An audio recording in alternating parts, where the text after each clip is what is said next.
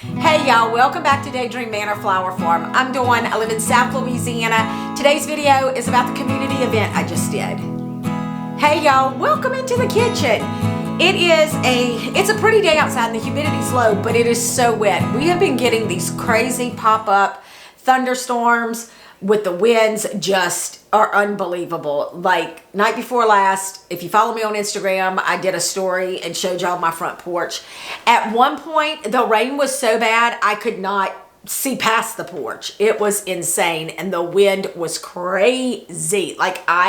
One of my hanging baskets flew off the porch, off the hook, and was out in the yard. It is just, I don't know, it's just bizarre this year. Anyway, I'm not going out there because I don't feel like trucking through mud, muck, and guck to get to the tunnel. But from here, I can see my zinnias, and I probably do need to cut them. So I may do that this afternoon because I need to water the tunnel. And I know it seems so crazy, like it just did all of this rain, but I still got to go water the tunnel. So I need to get that done.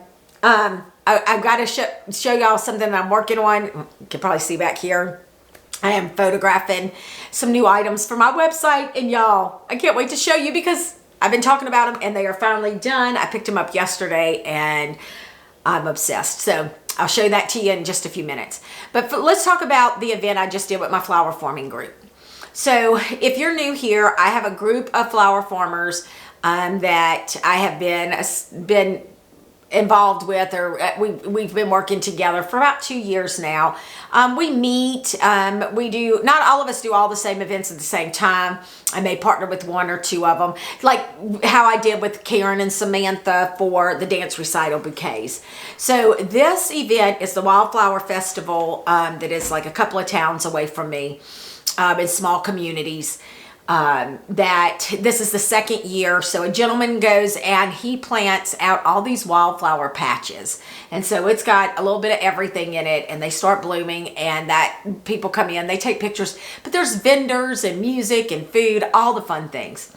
So we did this event last year, and we learned quite a few things last year. So we did it again this year, and y'all, okay, first of all, let me be clear. We sold our flowers. That's not the problem. The issue is we were so busy. We were too busy. It was insane. So this year, the festival, the organizers added more vendors. There were food trucks. There was live music. It was a sight to behold. Now, let me tell y'all, it was hotter than Hades out there. I felt like I was just snugged up under the devil's armpit. At one point, I looked at Karen and I said, my eyeballs are hot and sweating. The humidity was off the charts, and it was just an icky day. But this year, we did bring a tent. We didn't have a tent last year. We were just kind of like under this little overhang. We had our table set up, and I am going to put the video. I did a little video. I'm going to put that in right here, and a couple of pictures just for y'all to get a visual before I talk more about it.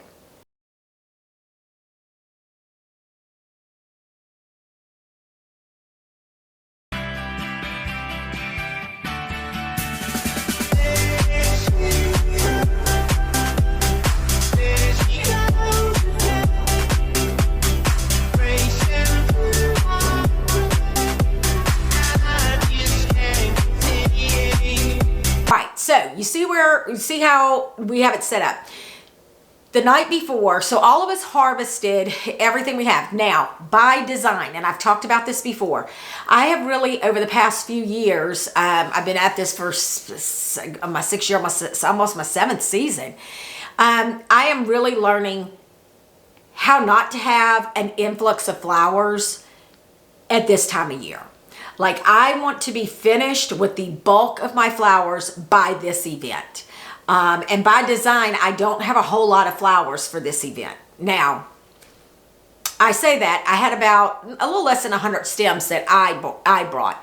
Now, everybody else still grows in droves. Like, I mean, they still have a lot of flowers. I just choose not to do that because I'm not doing flowers in June, July, and August. Done. I have my little patch of zinnias and celosia, some marigolds. What else is out there? Some basil. Just some things that if somebody needs a bouquet for a special occasion, or whatever, I have enough flowers to do that. And if I have a few extras, I'll make a few bouquets and bring them to the boutique. But my reasoning is, it is too dang hot. When these temperatures start soaring out here, it's like 102 in the shade. And I don't want to be out there in that. One, hashtag farming over 50.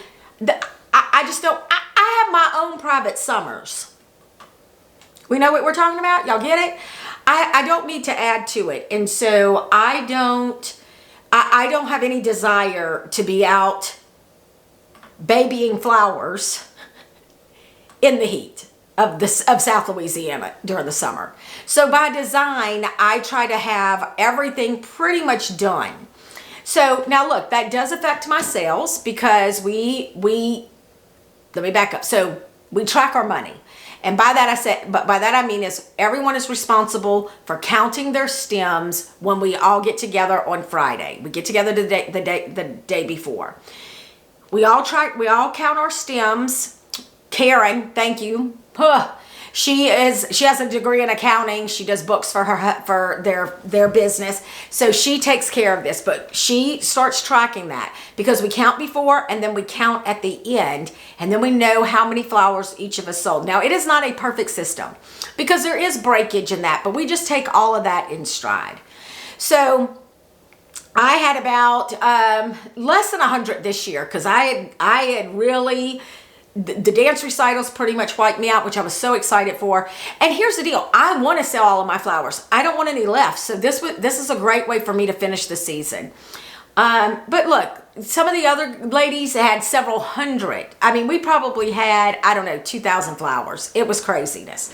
But we get together on Fridays. We come up with a recipe and we made 50 pre-made bouquets. That was the goal. So we make our 50 pre-made, we wrap them, they go into Karen's walk-in. Then the next morning, we go set everything up and we do a flower bar. Y'all, it was so funny because Karen and I are like setting everything up. And here was the deal. Like there's 5 of us. One was on vacation. And bless her heart, Samantha got food poisoning. So it was Karen and I and one of our other flower farmers, Roberta. And y'all, it was a heavy lift. I am not gonna lie, this year wiped me out. So Karen and I unload our vehicles, we get everything unloaded. We get our tent up. Thank goodness we had a young man who came and helped us get the tent up because I had not put this tent up before. Got it up, we got everything set up, and we were ready to go for a little after 8. It starts at 8. People don't show up usually until like 8:30, 9 o'clock. So we sat down for a few minutes and was trying to get our game plan because we knew we had to get wrap bouquets. Like we were trying to figure it out. Well, Karen had just said, y'all, I hope people come. And here they come. Y'all, what I tell you, we did not stop. It was like 11:30. It was just her and I in the tent. We were selling pre-made bouquets. We were helping people pick out flowers for the bar. We were cutting and wrapping and taking money. We were insane. We had run out of something to drink, and we are set up in front of another boutique that also has a little restaurant. The lines were so long to even go in and get water. We couldn't even go in and get water because we couldn't leave each other alone. Karen, bless her heart, tried to go to the bathroom 3 times. Couldn't get out, couldn't get away to go to the bathroom. So we learned some valuable lessons there. But we worked like that until we were going to shut it down at 2 o'clock. That was, we were like, at 2 o'clock, we are going to be done. Y'all, we were still going strong. At 3, when I tell y'all, we didn't even have good stems left, at least to our eye. And I will say, us flower farmers have a much more critical eye than our customers do.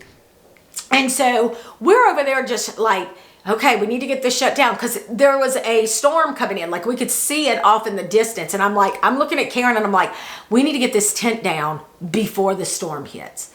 And so we are like more people. And then finally Karen was like, that's it, no more. You are our last, tell these 2 young ladies, you're our last customers. Because we had to quit.